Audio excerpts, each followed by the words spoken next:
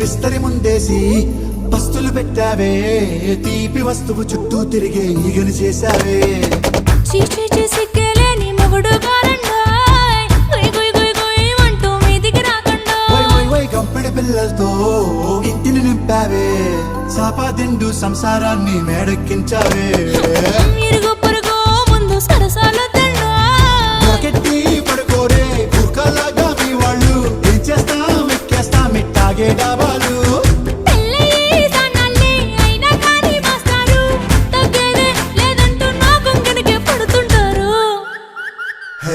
గోదారి గట్టు మీద రామసలకావే